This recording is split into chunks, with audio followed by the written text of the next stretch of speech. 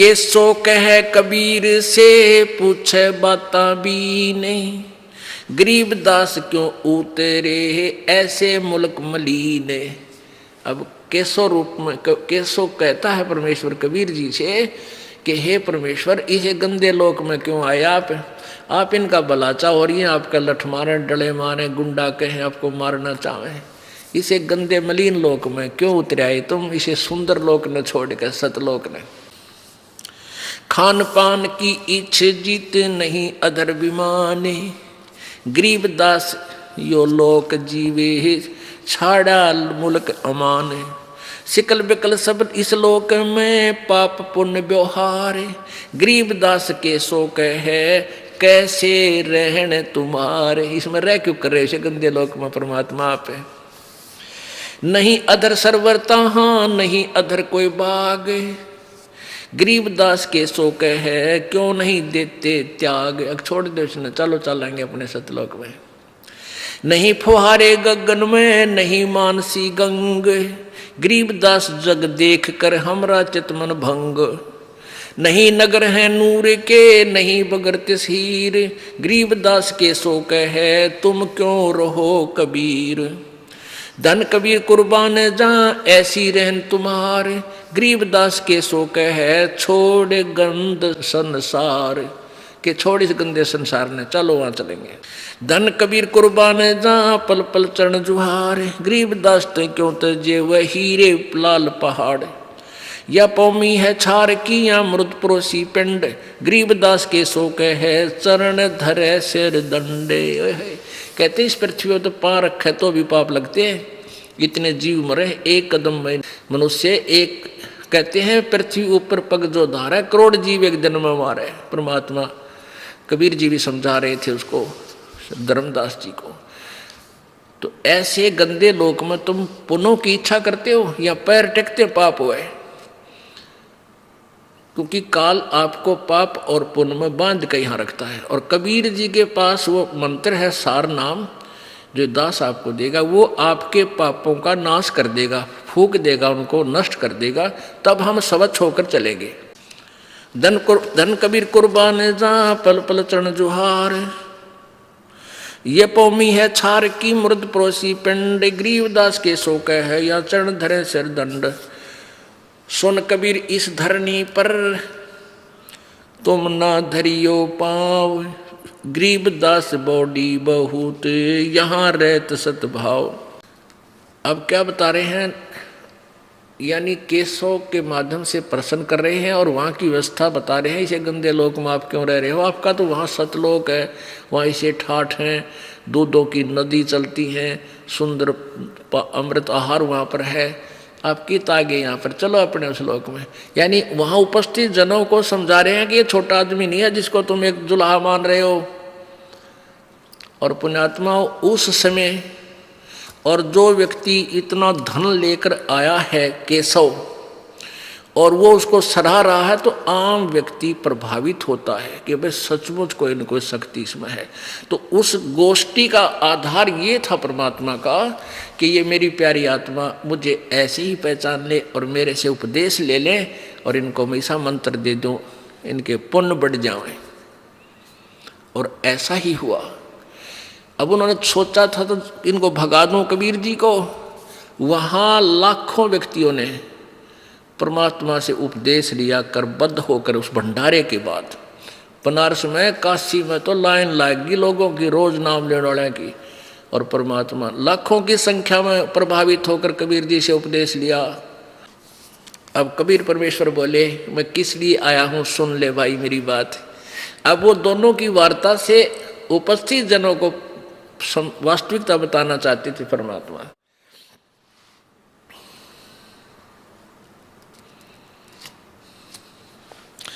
सुन कबीर अब बंदना, सुन केशव अब बंदना, कह कबीर संदेश, गरीबदास सर्वलोक में है अमरा परवेश।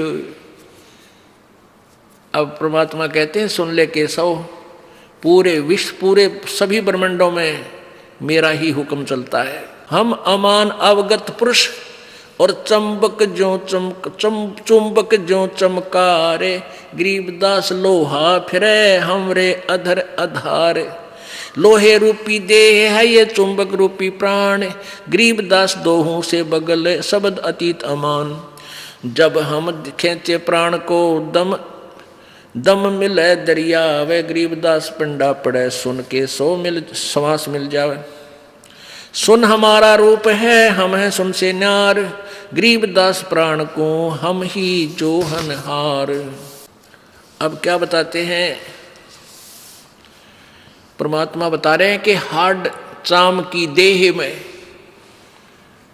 और अमृत दूध सरवंत, गरीबदास इस घट पिंड में ऐसे मिले भगवंत। थन दूधी को चीर के जय कोई देखे दूध, गरीबदास उस पिंड में हाड चाम और गूद। अब क्या बता रहे हैं, परमेश्वर केशव का उत्तर दे रहे हैं कि तू इनको निकम्मे आदमी मान रहा है यहाँ वाला ने, पर मैं नहीं मान रहा क्योंकि ये मेरी आत्मा है और इनमें परमात्मा प्रवेश करूँगा। कैसे आए, कैसे होगी भक्ति प्रवेश, कि जैसे भैंस मही जब होत है, जैसे भैंस नए दूध होती है, गर्भवती होती है, फिर वो बच्चा देती है तो कितना दूध हो जाता है, बाल्टी भर देती है। और जब तक वो बच्चा नहीं हुआ तब तक उसमें हार्ड और चाम ही था, दूध नहीं था, चाहे ऑपरेशन करके देख ले। तो ऐसे ही जब तक आप जी में, भक्तों में, पुण्यात्माओं में ये परमात्मा कहा करते कबीर जी, ये शब्द रूप से आपके अंदर भक्ति बीज, वचन से भक्ति बीज प्रवेश करूँगा और फिर आपके अंदर वो भक्ति रूपी गर्भ तैयार होगा और फिर दूध रूपी भगवान आप में इस हाडचाम के शरीर में ही होगा, यानी इसी में आप में भक्ति प्रवेश होगी। भक्ति ऐसे होगी जैसे थन दूधी कूची हाडचाम की देह में, जैसे अमृत दूध सरवंत। उस हाड मास चाम के दूध में, शरीर में भैंस के में कहते हैं वो अमृत के साथ दूध भी बन गया। वो किस क्रिया से बना, ऐसे ही जब शब्द रूपी वचन जो आपको दिया जाएगा, इसकी आप भक्ति करोगे, इसकी संभाल रखोगे, तो कहते हैं अपनी भक्ति को फिर ऐसे संभाल के रखना जैसे माता गर्भ को रख यतन बनाए और ठेस लगे तो छन हुए तेरी ऐसे भक्ति नसाए। जैसे माता किसी बहन को, माता को बहुत वर्षों बाद आस हुई हो बच्चे की, फिर वो कितनी चिंतित रहती है, रात्रि के समय भी एकदम उधड़ के पड़ती है, कहीं करवट लेने से मेरे बच्चे पर दाब तो नहीं आ गई, कहीं मेरा गर्भ खराब ना हो जाए, वो सोपन में भी डरती है। तो ऐसे ही भक्ति प्राप्त होने पर, नाम लेने के बाद आपने मर्यादा इतनी सावधानी से रखनी पड़ेगी कि कहीं आपकी भक्ति नष्ट ना हो जाए। तो परमात्मा कहते हैं गोता ठंडूदी को चीर के पाड़ के जय कोई देखे दूध, गरीबदास उस पिंड में हाड चाम और गूद।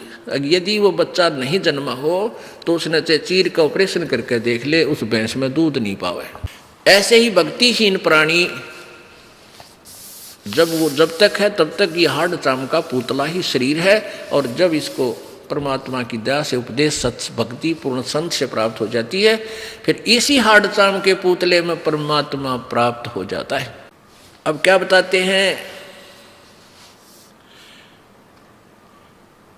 स्वर्ग मृत्यु पाताल में हैं बैठे कई बार, गरीबदास घर सजा और मार मार के मारे। परमात्मा कहते हैं गोता मारो स्वर्ग में जा बैठू पाताल, और गरीबदास जी कह रहे हैं, कबीर साहब केसों को बता रहे हैं, गरीबदास ढूंढता फिरूं अपने हीरे मोती लाल, मैं अपनी प्यारी आत्माओं को खोज रहा हूं। और परमात्मा क्या कह रहे हैं कि